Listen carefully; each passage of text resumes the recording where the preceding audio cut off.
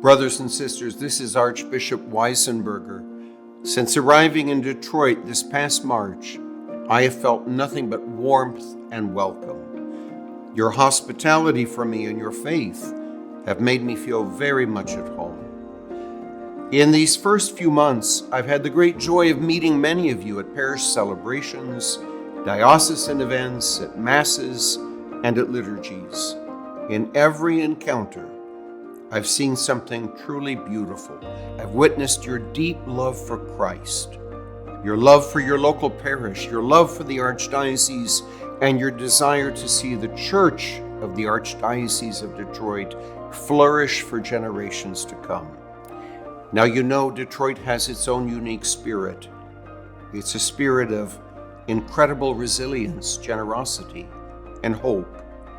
It's a spirit that has carried this great city through challenge and renewal time and time again. And it's that same spirit, together with the Holy Spirit, that gives me confidence as we begin this next chapter together in the life of this wonderful Archdiocese. You have also shared with me very candidly your concerns and your understanding of the challenges we face today.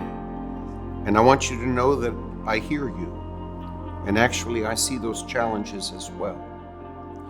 Many of our church buildings were constructed during a time of tremendous growth, when more than 1.5 million Catholics called our Archdiocese home. Today, that number is closer to 900,000, and with a smaller portion regularly attending Mass.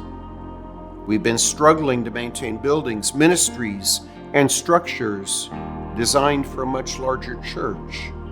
It's left us stretched, sometimes stretched too thin to serve as fully or as generously as we want. Moreover, by struggling to care for buildings and parish structures where there are very few people, we're also struggling to follow the Catholic population in those areas where we're growing. But I believe this moment is not one marked primarily by anxiety or despair. Rather, I see it as one filled with opportunity. I really believe with all my heart that God is inviting us to reimagine parish life, to reimagine priestly ministry and our mission, with new creativity and deep faith, to build something that will last, something vibrant, sustainable, and full of hope. This is why I'm inviting every Catholic in our Archdiocese to join me in a 2-year process of renewal. It will be a journey of discernment to chart the best path forward for each of our parish, communities, and regions. In the effort before us, every voice matters, just as every prayer matters. And as the end result will affect each parish of our Archdiocese, each of you has a part to play in shaping the future of our church. Now, it's important to be honest about what this renewal may bring. We know that we cannot maintain the same number of parish buildings that we have today. Some parish communities may see changes in how or where they gather. But even as we work to right-size the Archdiocese and reallocate our personnel and financial resources, the basic footprint of the Church's presence, her mission, her faith, and her people, it will remain. Our presence in Southeast Michigan will remain strong and alive, even as it is expressed in new ways that will help us to serve more faithfully and sustainably. Those details, how each community will move forward, will only emerge through our shared prayer, conversation, and discernment.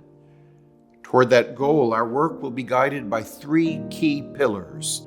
The first is vibrant parishes. We want every parish to be a living heartbeat of faith, where people encounter Christ, grow in discipleship, and build real lived community.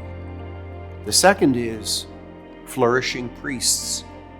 Brothers and sisters, our priests are at the heart of parish life, and they must be supported. freed to focus on what they do best, preaching the gospel, celebrating sacraments, and caring for the people. And third, we must be mission ready. The call of the gospel is never just to survive, but to thrive. We're called to share the gospel not just within the walls of our churches comfortably, but in our neighborhoods, our schools, and our places of work. By realigning our clergy and our financial resources wisely, we can bring the joy of Christ to the next generation with energy and purpose. In fact, we won't just hand the next generation a church that has survived.